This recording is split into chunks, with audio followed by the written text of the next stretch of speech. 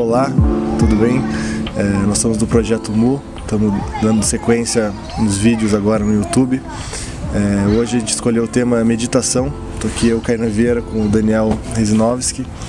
E a gente escolheu falar de meditação de uma maneira mais descontraída e também trazendo uma visão diferente do que a maioria das pessoas conhecem, uma maneira mais íntima, pode falar assim, Daniel? Não sei o que. Talvez experiencial assim, sem... na prática, né? Sem se ater a muitas das concepções convencionais sobre o que significa meditação, o processo da meditação, né? Para tentar, é difícil definir, né? Mas se fosse falar o que é meditação para você, assim. É um modo completamente diferente da consciência se perceber. Ou no começo é você perceber que você está consciente, mas de uma maneira muito mais direta, intuitiva e sem pensamento e sem nenhum tipo de intermediação simbólica ou cognitiva. É como se de repente um chimpanzé estivesse olhando no espelho, e eu usei esse exemplo da autoconsciência do chimpanzé no último vídeo, mas eu realmente gosto disso. E aí de repente o chimpanzé está se olhando no espelho e ele percebe que é ele lá no espelho. Então, o que acabou de acontecer? Ele tomou autoconsciência dele mesmo, enquanto um ser, assim. Então, esse seria o primeiro passo, né?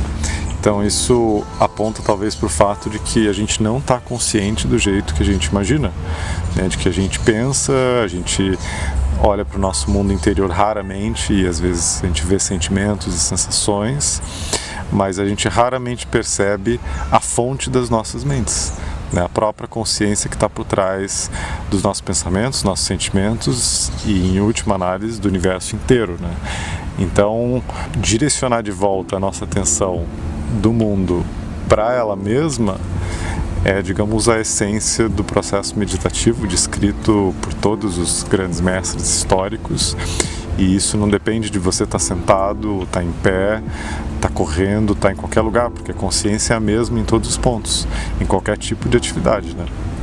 Então isso é a primeira coisa que eu diria, assim, para quebrar algumas ideias convencionais sobre meditação, né? Então não existe um método único para chegar nesse estado de consciência, né?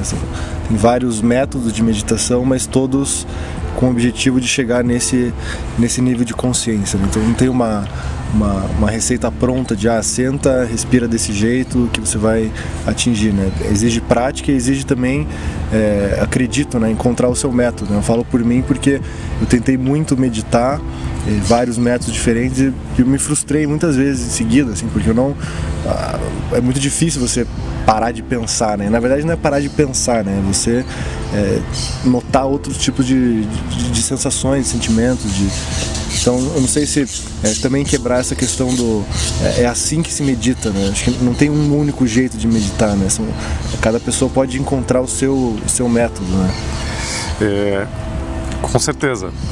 Eu acho que isso dá uma ênfase maior a um processo experimental, no sentido de... Eu tenho a sensação com anos, assim, né, meditando e ensinando pessoas, de que faz muita falta um processo de auto-investigação, de você realmente, de uma pessoa qualquer, sentar no que ela estiver fazendo e começar a investigar o que está acontecendo dentro dela.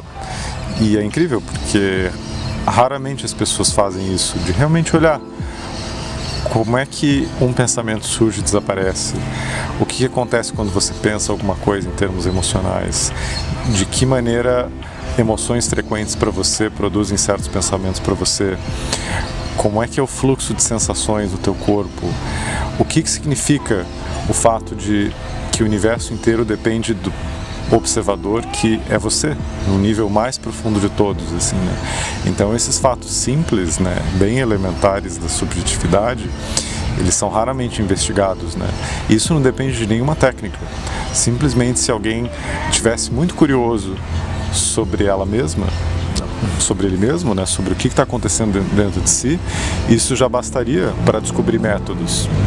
E para entender um pouco, explorar os pensamentos, explorar as esferas da consciência, talvez você comece a perceber que tem camadas, que tem níveis, e você poderia utilizar os textos formais só como apontamentos, por assim dizer, né? Porque no final das contas, todos os mestres e as pessoas que exploraram isso a fundo tiveram que fazer isso por elas mesmas, né? Existiu algum momento onde ninguém sabia fazer isso, assim, e alguém teve que, pela primeira vez, falar: não, peraí, eu vou olhar os meus pensamentos, eu vou investigar o tempo, eu vou investigar como é que é a experiência de existir num espaço, eu vou tentar investigar como é que o meu processo de identidade acontece, minha narrativa interior, o meu diálogo interior, né? Então isso seria, acho que, muito mais frutífero do que simplesmente sentar e tentar se concentrar num ponto fixo, que é útil, por exemplo, você se concentrar na respiração ou num mantra, mas eu acho que falta uma abordagem um pouco mais livre, assim, e um pouco mais autônoma, das pessoas poderem se autoempoderar para investigar as próprias mentes, utilizando o que já foi escrito como uma base apenas, uma plataforma, né? Isso é muito interessante, que dá liberdade para a pessoa buscar o próprio método, né? A maneira que se sente melhor de estar nessa busca, né? Eu acho que quando você se prende muito a um dos métodos, se você não se identifica com isso, pode gerar frustrações: eu não consigo, a meditação não foi feita, não é para mim, eu sou muito agitado. Acho que todo mundo, em certo nível, consegue chegar num estado meditativo, né? Acho que até a gente estava conversando antes, quando a gente era criança, por exemplo, né? Nossas mentes se comportam de maneira muito diferente, né? Não que a criança medite, mas acho que ela tem um nível de consciência muito mais próximo desse estado do que os adultos, né? Talvez porque a consciência dos adultos, está muito mais difusa, e ela é muito mais, ela abarca um espectro, assim, de fenômenos muito maior, assim, né, de problemas e de situações na vida que tem que ser, com as quais as pessoas têm que lidar, né?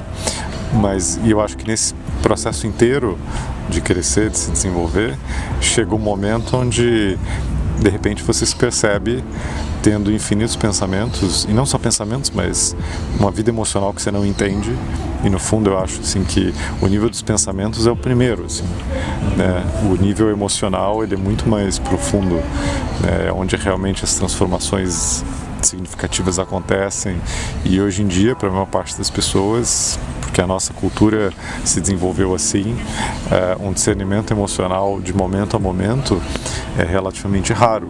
E esse discernimento não seria nada mais do que, ou tudo, de perceber com refinamento maior, assim, né, a qualidade do teu mundo interior, e de perceber quais são as relações entre as tuas experiências interiores, os teus estados mentais, os teus estados de consciência, e o que está acontecendo no mundo externo. Mas mesmo isso ainda seria algo preliminar, porque você ainda está investigando os conteúdos da consciência, né?